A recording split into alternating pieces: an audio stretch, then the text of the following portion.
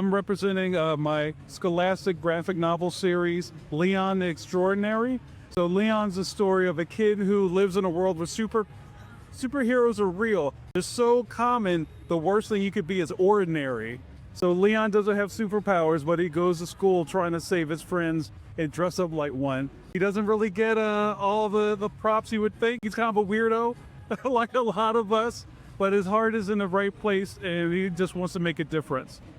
Yes, and your heart is in the right place with this story. What made you want to go the direction with just him being in school as a kid instead of going from him an adult with a tragic backstory?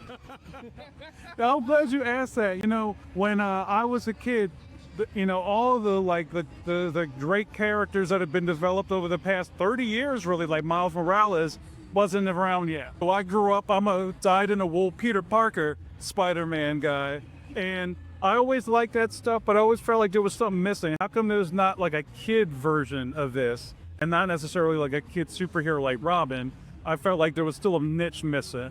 So it was always on my bucket list to create a character that kids could relate to, and that was the genesis for Leon.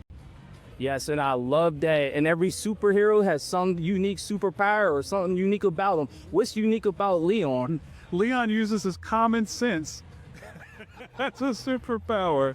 So it's funny when I tell families this, they all laugh and they go, "Yeah, that's real rare. Yeah, it is rare."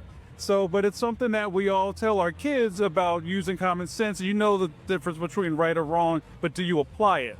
So Leon, actually in the books, you'll see him use his common sense flow chart. I have a full page of just like what's the right and wrong answer. He doesn't always make the right choices, but it's good for kids to relate and see that you can figure things out on your own.